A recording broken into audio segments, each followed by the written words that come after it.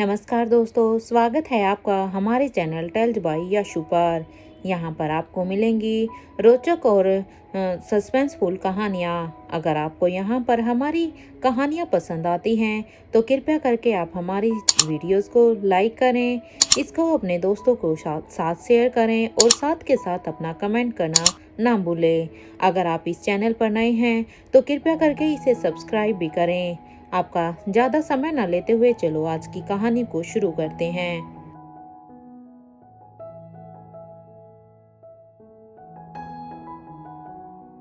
पिछले एपिसोड में हमने देखा था कि एक तरफ जहां पर करण गुलेरिया अपने 30 साल पुरानी यादों में थे कि जब कैसे वो स्वाति के पिता से मिलने के लिए गए थे, तभी उनको अपने दरवाजे को नॉक करने की आवाज आती है।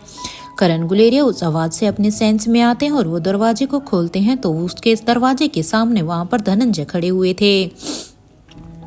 धनंजय अब करण को कहते हैं कि फाइनली चलो तुमने दरवाजा खोल ही दिया। तब करण कहते हैं क्या तुम काफी देर से दरवाजे को खटखटा रहे थे क्या? तब धनंजय कहते हैं नहीं, ज्यादा नहीं, बस 10 मिनट से लगातार खटखटा रहा था। अब करण कहते हैं ठीक है फिर चलते हैं। अब करण कहते हैं क्या तुमने अपना मास्क लगा लिया है? इस बात पर अब ले लिया है? अब इस बात पर धनंजय पीरामल कहते हैं कि हाँ मैंने लिया हुआ है, तो क्या तुमने लिया? अब धनंजय की इस बात पर करण गुलेरिया हाँ में अपना सिर हिला देते हैं और वो दोनों एक दूसरे के साथ बातें करते हुए ही बाथरूम के रास्ते से अब अंडरग्राउंड होते हुए उस पैलेस से निकलकर बाहर आ जाते हैं। धनंजय को अभी भी इस पैलेस में इस रास्ते के बारे में नहीं पता था। जब करण ने उसे अंदर से जाने के लिए कहा था तो धनंजय हैरान थे कि क्या यहाँ पर इस पैलेस में भी ऐसा कोई रास्ता है जो अंदर से अंदर की तरफ से, जिससे किसी को भी पता ना चले और वो बाहर निकल जाए। लेकिन वो करण के साथ अभी बिना कुछ पूछे ही वहां से निकल जाते हैं। वो दोनों अभी अपना मास्क लगाने के बाद अब वहां पर वेट करने लगते हैं। कुछ देर के बाद वहां पर एक कैब आ जाती है। वो दोनों अब उस कैब के अंदर बैठकर उस कैब के ड्राइवर से कहते हैं कि सेंट्रल पेरिस चलो। ये सुनते ही वो ड्राइवर अब कहता है कि सर, श्योर सर। इसके बाद वो अब अपनी गाड़ी को सेंट्रल पेरिस के लिए ले जाने लगते हैं। तो वहीं दूसरी तरफ इधर राजमहल में सभी बच्चे पूरी तरह से रेडी हो गए थे। बच्चों की एक्साइटमेंट आज अलग लेवल ही की थी और सबसे ज्यादा खुश तो यहाँ पर रिया थी, क्योंकि फाइनली रिया वो रेस कंपटीशन देखने के लिए जा रही थी। क्योंकि रिया को स्पोर्ट्स कार बहुत ही पसंद होती हैं, लेकिन उनमें से कोई भी अभी आवाज नहीं निकाल रहा था, क्योंकि वो सब जानते थे कि अगर उनके प्लान के बारे में आयशा मारवा को पता चला तो शायद वो उन्हें बुरा लग सकता है और वो आयशा मारवा को हर्ट नहीं करना चाहते थे।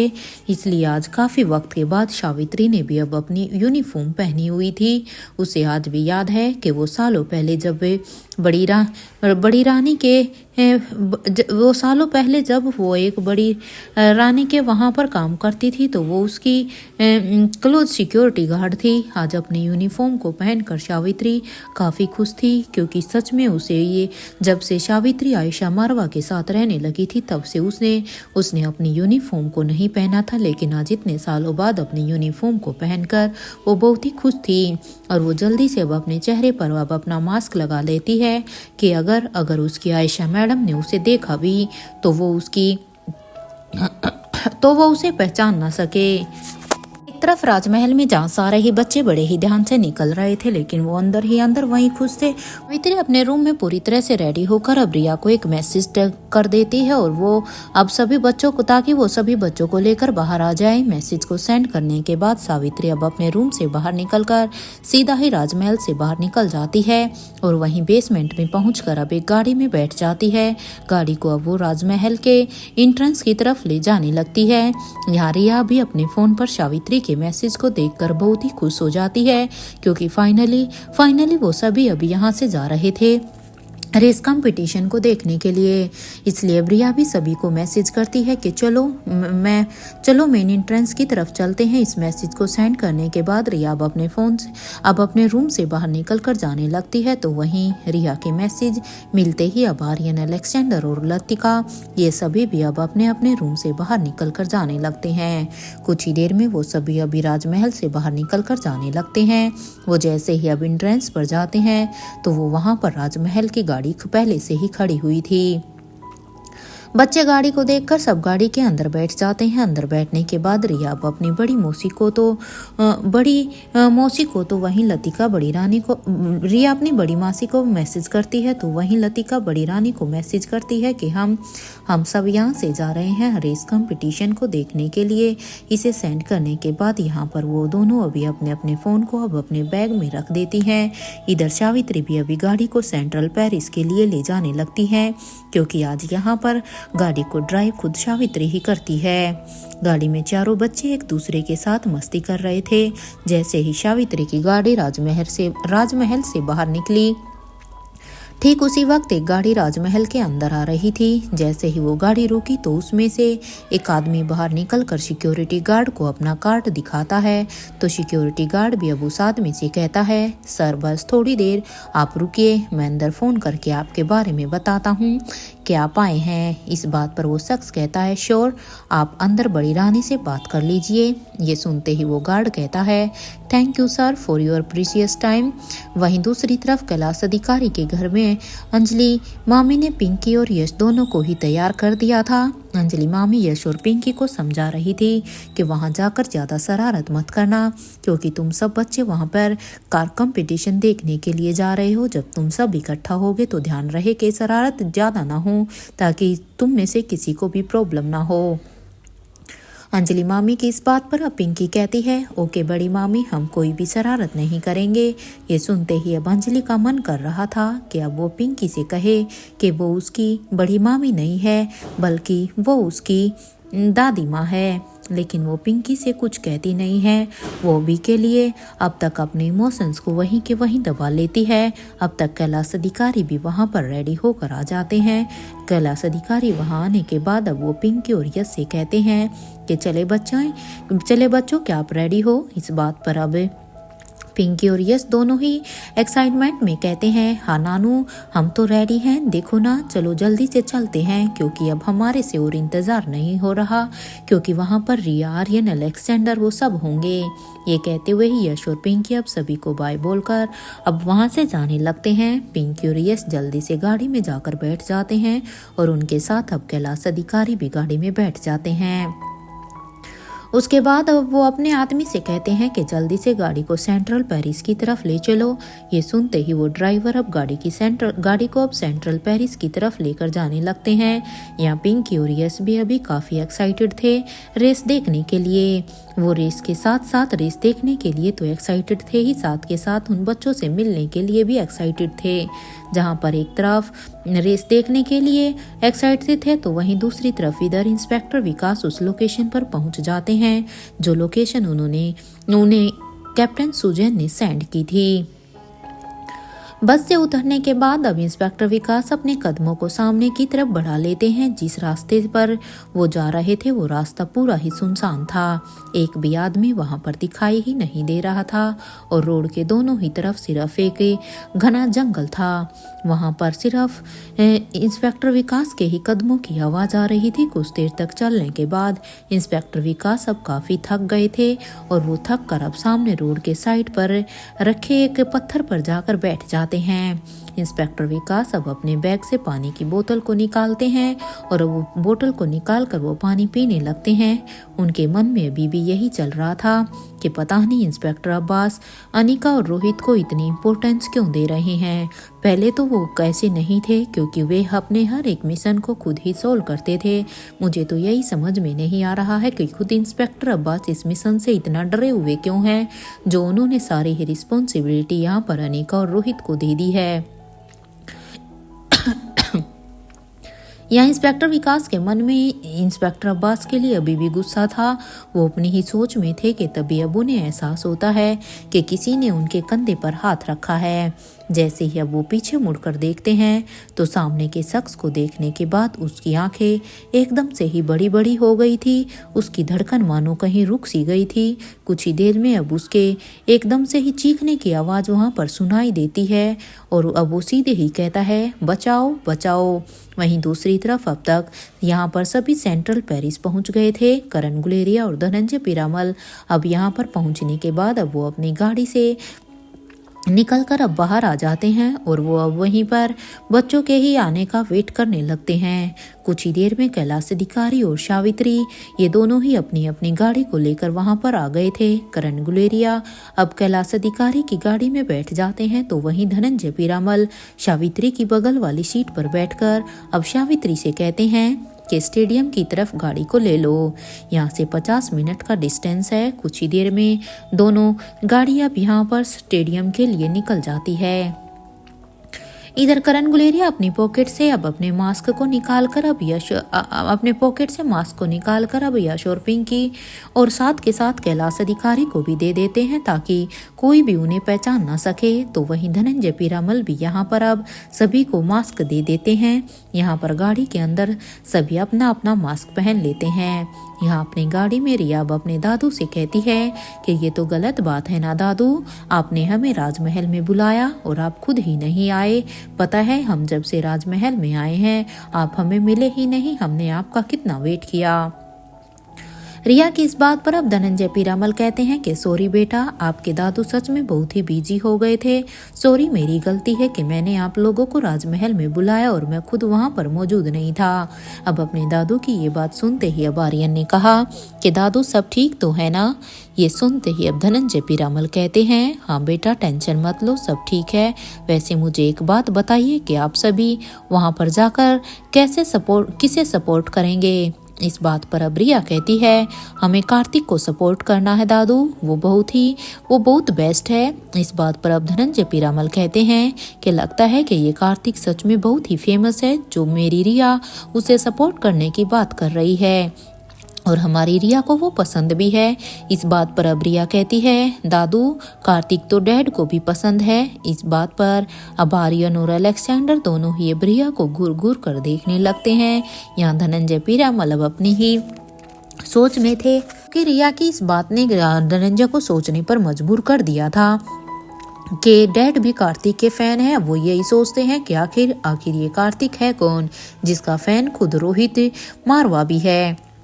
यहाँ पर सभी अब स्टेडियम की तरफ धीरे धीरे जाने लगते हैं तो वहीं दूसरी तरफ स्वाति मल्होत्रा की गुफा में एक पंछी आकर अब वहां पर बैठ गया था और वो अब एक अजीब सी आवाज निकाल रहा था। उस आवाज को सुनकर स्वाति मल्होत्रा, जो कि अभी रोहित के साथ नदी की डेप्थ में थी, वो अब रोहित से कहती है कि तुम अभी अपना कंटिन्यू करो, मैं आती हूँ। इस बात पर अब रोहित भी हाँ में अपना सिर हिला देता है और वो अपनी प्रैक्टिस को कंटिन्यू करता है। यहाँ पर स्वाति अब उस नदी से बाहर निकलकर उस आवाज की तरफ आने लगती है जहाँ से वो पंछी आवाज निकाल रहा था। जैसे ही स्वाति मल्होत्रा उस पंछी के सामने आती है तो वो अब उसकी आंखों में देखने लगती है। तो उसकी आंखों में देखने के बाद स्वाति मल्होत्रा अब अपने मन में यही सोचती है कि अब वो कैसे धनंजय से सच बताएगी कि आखिर क्यों करण की याददाश्त गई है। ये तो सच बताऊं तो ये तो किंग का डिसीजन था, मेरा नहीं था। उन्हें तो मुझे सबक सिखाना था ना। अब मैं क्या करूं? धनंजय मुझसे दवा मांग रहा है जिससे करण की याददाश्त वापिस आ जाए, लेकिन अब मैं क्या कर सकती हूँ? अगर मैंने धनंजय को दवाई दे दी तो करण को तो वो भी याद आ जाएगा कि आखिर उसने धनंजय और बच्चों के साथ मिलकर मुझे ट्रैप किया था और मैं अभी किसी भी तरह का कोई भी रिस्क नहीं लेना चाहती हूँ। लेकिन अगर मैंने धनंजय की बात को नहीं माना ना तो वो कहीं करण को वक्त से पहले ही सब कुछ ना बता दे। ओ गॉड, इन दोनों दोस्तों के बीच में मैं परेशान हो गई हूँ, क्योंकि जब भी ये दोनों इकट्ठे होते हैं ना तो तब सच में सारी ही मुसीबत मेरे ही ऊपर आ जाती है। स्वाति उस पंछी से कहती है तुम उसे जाकर कहो कि मुझे थोड़ा सा वक्त दे, मैं उस दवा को उस तक अपने आप ही पहुंचा दूंगी। स्वाति मल्होत्रा की इस बात पर वो पंछी अभी अपनी पलकों को झपका देती है और वो अब आसमान की तरफ स्वाति का ये मैसेज लेकर अब उड़ने लगती है। उस पंछी के जाने के बाद अब स्वाति की नज़र जब अपने गरुड़ पर जाती है तो वो उससे पूछती है कि क्या हुआ है, तुम्हें कुछ कहना है क्या? इस बात पर अब वो गरुड़ स्वाति को वो सारी ही बातें बताने लगता है जो अब तक हुई थी। इन सभी बातों को सुनकर अब स्वाति मल्होत्रा कहती है क्या सच में राजीव मेरे पैलेस में है? इस बात पर अब गुरुड़ हाँ में अपनी पलकों को झपका देता है, क्योंकि गुरुड़ ने यहाँ पर राजीव पर हुए हमले और राजीव के इलाज के लिए अनिका उसे जब पैलेस में लेकर आई वो सारी ही बातें उन्हें बता देता है। यहाँ स्वाति मल्होत्रा अब ये सब कुछ देखने के बाद अब वो स्वाति मल्होत्रा अपने मन में सोचती है कि अच्छा हुआ जो धनंजय ने बच्चों को राजमहल में शिफ्ट करवा दिया। कुछ देर तक सोचने के बाद स्वाति अब अपने कदमों को अब फिर से रोहित की तरफ बढ़ा लेती है, जहाँ पर रोहित अभी अपनी प्रैक्टिस कर रहा था। कुछ देर की वॉकिंग डिस्टेंस के बाद स्वाति अब नदी के पास बैठकर अब रोहित से कहती है, क्या तुम्हें कार रेसिंग देखने का शौक है? आज कार रेसिंग होने वाली है, क्या तुम जानते हो? नदी की डेप्थ में अपनी प्रैक्टिस को कंटिन्यू किए हुए रोहित के कानों में जब ये बात गई तो अब वो भी एक जंप में ही उस नदी के सरफेस पर आ जाता है और अब वो स्वाति मल्होत्रा से कहता है, क्या कार्तिक ने पार्टिसिपेट किया है? इस बात पर अब स्वाति मल्होत्रा कहती है कि हाँ उसने किया है, देखने चलें? ये सुनते ही अब रोहित ने कहा, बिल्कुल, अगर मेरी टीचर मुझे जाने के लिए अलाउ करे तो। इस बात पर अब स्वाति मल्होत्रा कहती है कि 3 घंटे का ब्रेक तो मैं तुम्हें दे ही सकती हूँ। ये सुनते ही अब रोहित अपने कदमों को नदी से बाहर की तरफ ले जाने लगता है। रोहित को ऐसे जाता हुआ देखकर तो अब स्वाति का शक अब और भी ज्यादा गहरा हो जाता है और वो अब अपने मन में ही यही सोचती है कि कहीं वो ड्रग रोहित के बॉडी में तो नहीं है। यहाँ स्वाति अभी अपने ही ख्यालों में थी कि तभी उसके कानों में अब फिर से रोहित की आवाज आती है कि माँ मैं रेडी हूँ, चलें? और हाँ, एक बार मैं आयशा माँ से भी मिलना चाहता हूँ। अब रोहित की इस बात पर अब स्वाति मल्होत्रा कहती है कि ठीक है, फिर अनिका की रेस देखने के बाद हम राजमहल चलेंगे। अब चलो चेंज कर लेते हैं। ये सुनते ही अब रोहित गुफा के अंदर स्वाति के साथ आ जाता है। जैसे ही वो दोनों अभी अंदर आते हैं तो वो देखते हैं कि बूढ़े बाबा लैब में कोई एक्सपेरिमेंट कर रहे थे। स्वाति मल्होत्रा अब रोहित से कहती है कि तुम पहले जाकर रेडी हो जाओ। इस बात पर अब रोहित भी कहता है कि ठीक है माँ, और ये कहते हुए ही रोहित अब रूम के अंदर चला जाता है। तो वहीं स्वाति मल्होत्रा बूढ़े बाबा से कहती है, क्या हुआ है, इस बार भी ये एक्सपेरिमेंट अनसक्सेसफुल हुआ है क्या? इस बात पर अब बूढ़े बाबा कहते हैं, हाँ मैडम, कुछ समझ में ही नहीं आ रहा है कि हो क्या रहा है। बूढ़े बाबा की ये बात सुनते ही अब स्वाति कहती है कि हमारे पास ज़्यादा वक्त नहीं है, उन लोगों ने अपना काम शुरू कर दिया है और मुझे पूरा यकीन है कि हमारे दुश्मनों की प्लानिंग अब पूरी हो गई होगी। इस बात पर अब बूढ़े बाबा कहते हैं कि मैडम मुझे आपसे कुछ पूछना था। इस बात पर अब स्वाति कहती है, हाँ पूछो ना। ये सुनते ही अब बूढ़े बाबा कहते हैं, मैडम 15 साल पहले क्या हुआ था और उसका धनंजय पीरामल और इंस्पेक्टर अब्बास के साथ साथ करण सर का क्या लेना देना है? बूढ़े बाबा की ये बात सुनते ही अब स्वाति मल्होत्रा बूढ़े बाबा से कहती है कि ये सवाल तुम्हारे दिमाग में कैसे आया है? अब स्वाति की ये बात सुनते ही बूढ़े बाबा कहते हैं, मैडम वो आपके पैलेस में जो स्टैचू है ना, मैं उसकी सेटिंग चेंज कर रहा था कि तभी मुझे धनंजय पीरामल और इंस्पेक्टर अब्बास की बातें सुनाई दी, क्योंकि वो दोनों अपने कमरे में ये बातें कर रहे थे। मैडम आपको तो पता ही है ना कि उस वक्त मेरी दिमागी हालत कुछ ठीक नहीं थी। क्या आपको पता है कि क्या हुआ था? ये सुनते ही अब स्वाति मल्होत्रा कहती है कि इस वक्त मैं तुम्हें इतना ही कह सकती हूँ कि उस दिन आयशा मारवा को किडनैप करके रोहित को मजबूर किया जा रहा था, तो वहीं दूसरी तरफ धनंजय और करण ये दोनों मिलकर कर्नाटक ऑर्गेनाइजेशन के हेड तक पहुँचने वाले थे। दोनों ही इंसिडेंट एक ही साथ होने वाले थे। मुझे और किंग को भी इंतजार था कि उन दोनों के सामने वो शख्स आ जाए। इससे पहले कि वो दोनों उस शख्स तक पहुंचते कि तभी धनंजय को ये खबर मिल जाती है कि उसके दोनों भाइयों ने आयशा को किडनैप किया है और उनका फोकस उस समय दूसरी तरफ हो गया। ये सुनते ही अब बूढ़े बाबा ने कहा कि मैडम मुझे कुछ समझ में नहीं आ रहा है, आप खुलकर बताइए ना। इस बात पर अब स्वाति मल्होत्रा कहती है, अभी मैं कहीं जा रही हूँ, अभी मेरे पास इतना समय नहीं है, पूरी बात मैं तुम्हें फिर कभी बताऊंगी। और हाँ, तुम दूसरे फॉर्मूले को यूज़ करो, उसे यूज़ कर देखो और एक्सपेरिमेंट को दोबारा से शुरू करो, क्योंकि हमारे पास अब ज़्यादा टाइम नहीं है।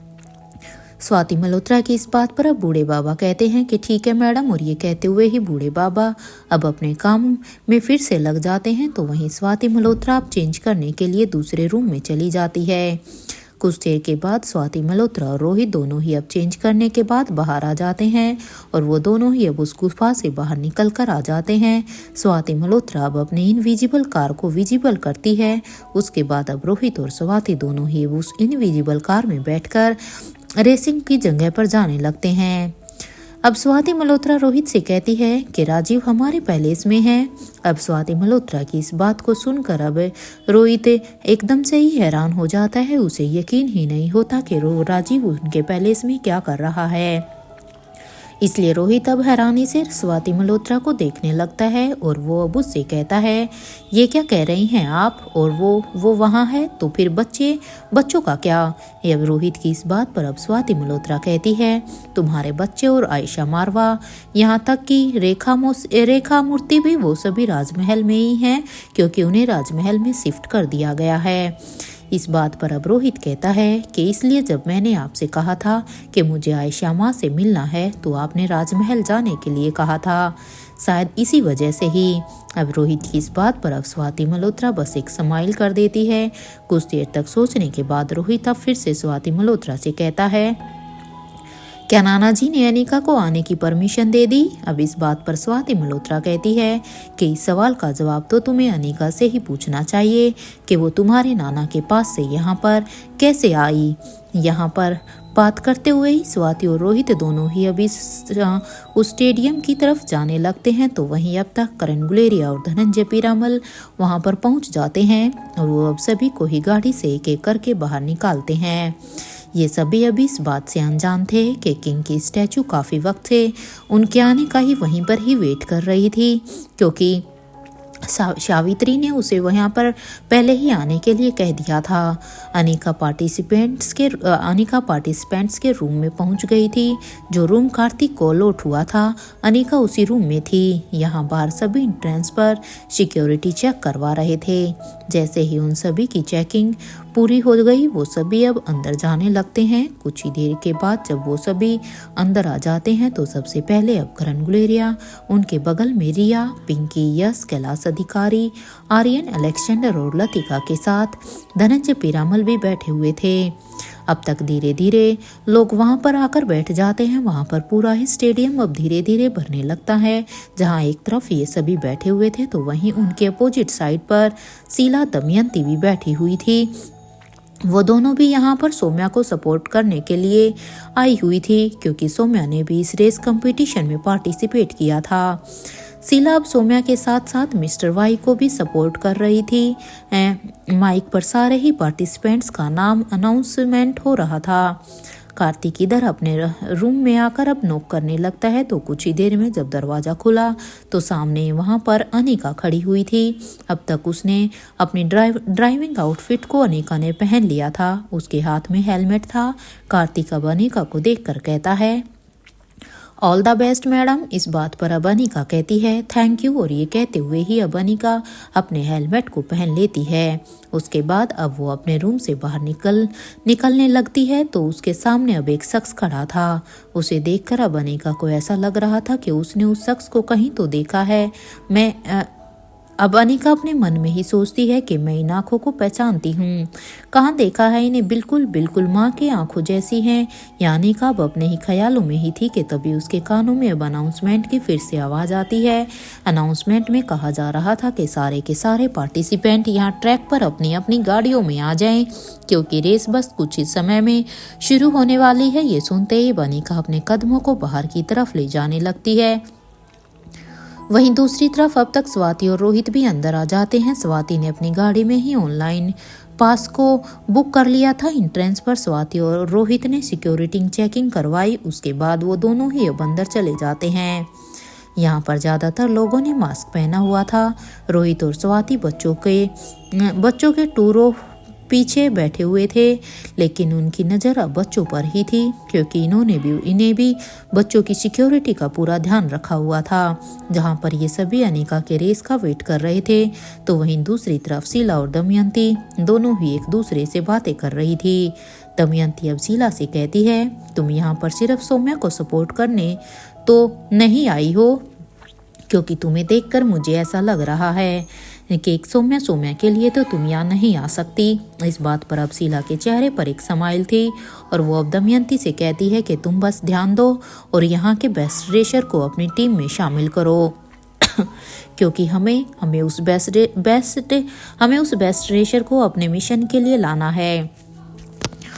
शीला की ये बात सुनते ही अब दमयंती कहती है कि ठीक है, मैं देखती हूँ, और वैसे भी हमारे आदमी आसपास ही हैं। अब तक अनिका और उसके साथ के 10 और पार्टिसिपेंट्स वहां पर आ गए थे। वो सभी अपनी अपनी गाड़ी में बैठ जाते हैं। सबसे ज्यादा investment car number 1, car number 5 और कार नंबर 6 पर थी। इसके बाद कार नंबर 8, इनके ऊपर सबसे ज्यादा इन्वेस्टमेंट किया गया था और बाकी सब पर थोड़ा बहुत।